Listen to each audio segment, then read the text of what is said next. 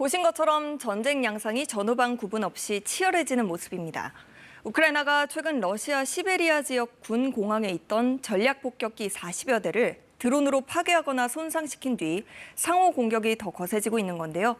두진호 한국국가전략연구원 유라시아 연구센터장과 함께 월드 이슈에서 자세히 알아보겠습니다. 먼저 거미줄 작전으로 불리는 이번 우크라이나의 러시아 내부 공격, 군사적 의미는 어떻게 평가할 수 있을까요?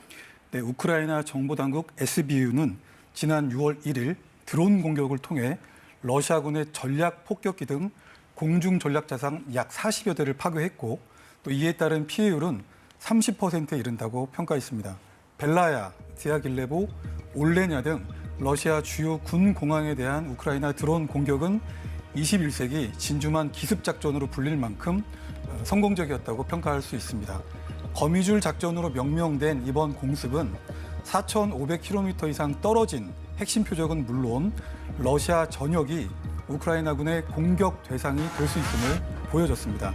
또한 250만 원 수준의 자율주행 자폭 드론이 1,000억 원이 넘는 전략 자산을 파괴하는 공세적 스마트 가성비 전투의 정수를 보여준 사례입니다.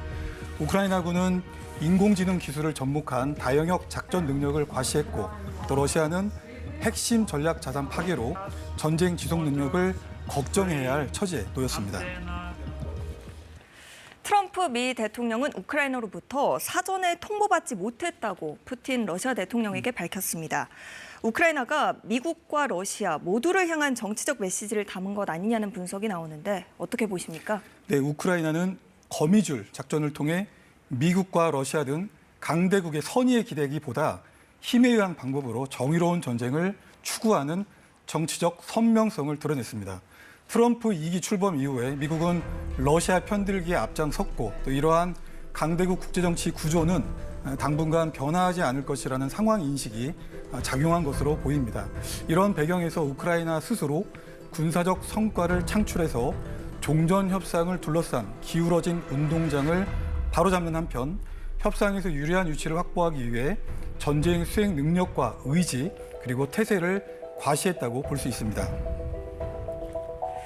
네, 러시아와 우크라이나의 전쟁이 장기화될 수도 있다는 분석이 나옵니다. 이 전쟁 장기화 가능성 어떻게 보십니까? 네, 트럼프 대통령은 기대했던 것과 달리 종전 협상에서 가시적인 성과를 거두지 못하는 이 현실을 두 어린아이가 주변에서 말리는데도 아랑곳하지 않고 미친 듯이 싸우는 상황에 비유했습니다.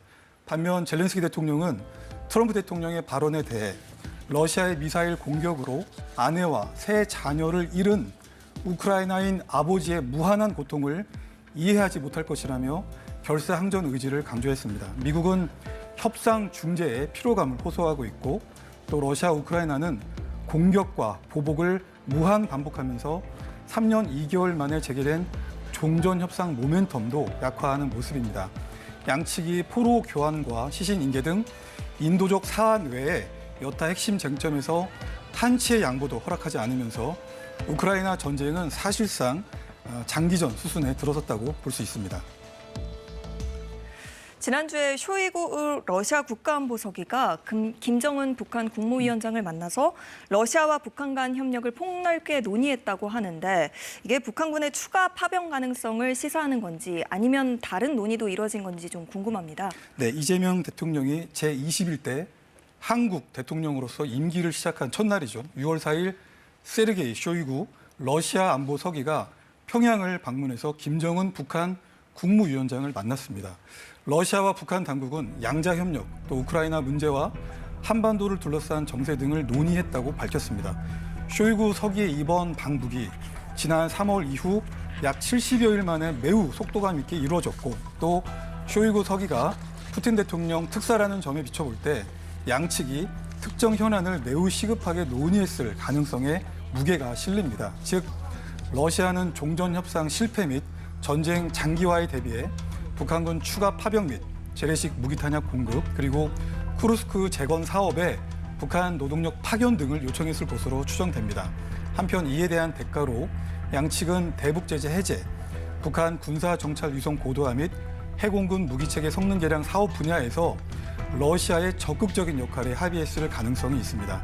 또한 러북 동맹조약 체결 1주년 그리고 한국전쟁 75주년 등의 이러한 정치적 계기를 고려해서 김 위원장의 모스크바 방문 의제도 논의된 것으로 보입니다. 네, 두진호 한국국가전략연구원 유라시아 연구센터장과 함께했습니다. 잘 들었습니다.